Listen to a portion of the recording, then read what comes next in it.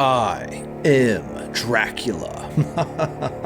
I had a patron ask me about Hungarian minor chords the other day, so we are going to discuss the Hungarian minor scale. Score my free guitar newsletter below to get your chops back on track, start fingering the G string again. Free tips on music theory and guitar technique. Go deeper with my full music theory course. Dad's going to teach you basically how to put everything together and be a composer, a songwriter with scales, chords, keys, and more. So you're telling me there's scales other than pentatonic? As it turns out, yes. Now, I realize Dracula is technically from Romania. Nerd lords, just simmer down in the comments. The reason I call this the Dracula scale is because it sounds like evil vampires. I don't know, it's just the images that are conjured up in my brain. Whenever you play a scale or practice music, think of mental imagery that goes along with the sounds you want to create. This lesson is really about how to approach scales, which are the fundamental building blocks of music. A lot of people are missing 2/3 of the equation. That's 66.6%. Most people, when they learn a scale, they just learn the pattern on the fretboard and they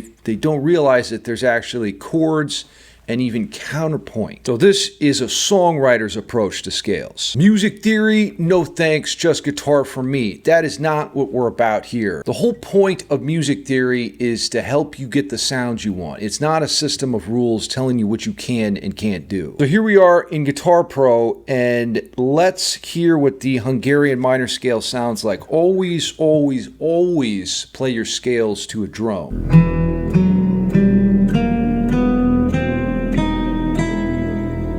Even if you don't have a drone queued up, you can simulate this with the open high E string.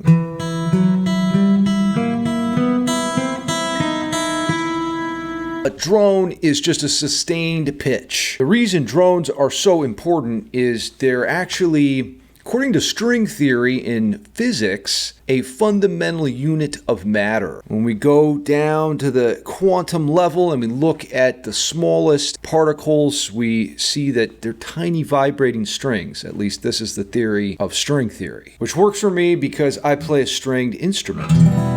But look at the larger point. Basically, it's saying sound is life. And that's certainly what it feels like when I play guitar. There's a therapeutic healing effect I get from the instrument. Drone really is the most sympathetic environment possible to cultivate and grow the seed of a musical idea. Its supportive context always is letting you know, okay, this is home base, this is a solid foundation with which to build on. Whenever you practice, imagine conducting a sacred seance, a ritual. As I said earlier, conjure up images in your mind about the kind of sound you want to create. Your sensitivity to the emotional data within scales, intervals, and chords is everything when it comes to being a good songwriter. This is why I like listening to film composers, because they have to be very dialed in to the emotions that are being displayed on screen, and then they have to accent that with sound. This is a much better way to practice than just grinding out scale shapes and technique for 69 hours per day. Think of the Hungarian minor scale as harmonic minor with a raised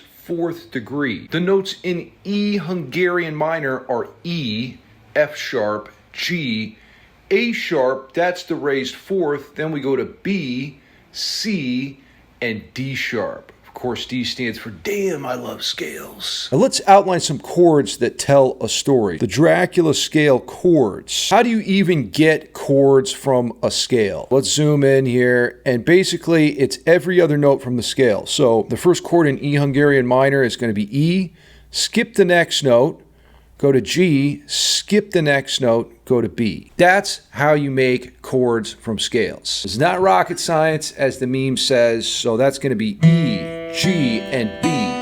Now, as it turns out, the chords get pretty wild in the Hungarian minor scale. Second one, if we did every other note, is going to be F sharp, and then it goes to A sharp, and then C, like this.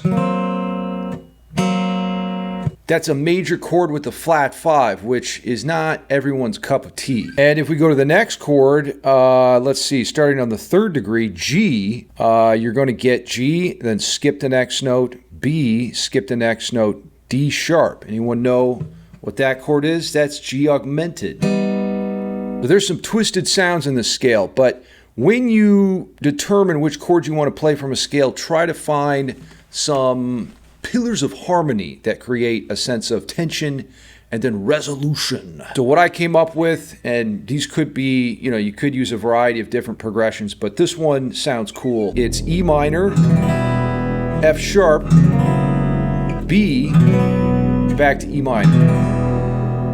I absolutely adore the sound of going from an E minor chord to a major chord up a whole step. That just sends chills through my spine. You could do it like this too. Oh, makes me want to drink blood. So you could write a song basically with this chord progression and call it I Am Dracula. Dracula. This is where the rubber meets the road. It's like a scale isn't just something that you randomly wank on, like the guy, on the surfboard out from the cruise ship drunk just doing his own thing. You want to really dial in a specific sound with a scale. What is the story you're trying to tell through the notes that you play? Now, we've already gone through, like I said earlier, people typically stop at just the scale, but there's actually chords to scales too, right? That's another part of the equation. But then comes the C word, counterpoint. And this is something pretty much no guitar players know about. When I talk about counterpoint, it's easy to get things twisted and complicated when you watch videos on counterpoint. All counterpoint is two melodies at once. Period. End of story. It doesn't have to be complicated. Counterpoint is one of the most useful ideas, period, when it comes to writing music, which is a shame that very few guitar players know about it. And it's probably because it's just made so complicated by music theorists. But it's incredibly practical, especially for metal guitar players. Instead of just playing like, regular Iron Maiden progression, E, D, C. You can make it more interesting with counterpoint. Like you could do like contrary motion or something like this. It's the same progression, but the voice movement is more interesting. So I did some counterpoint, some C word action for the Hungarian minor scale right here. And this could be something that you make a riff out of, or a melody, or just it's like a complete song structure. It's like taking the chords in the scale and putting them together.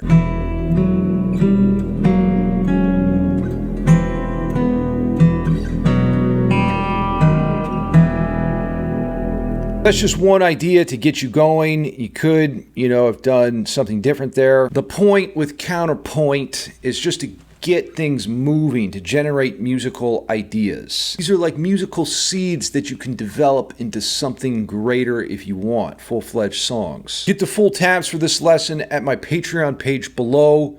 That's where I have all of my courses and tabs, plus Discord access, which is the greatest thing ever. And that's how this lesson came about, because I was talking with a patron about what lessons I should make, and he suggested Hungarian minor chords. So you can get your own suggestions in on Discord. Now I'm gonna go play some creepy chords and drink the blood of my enemies.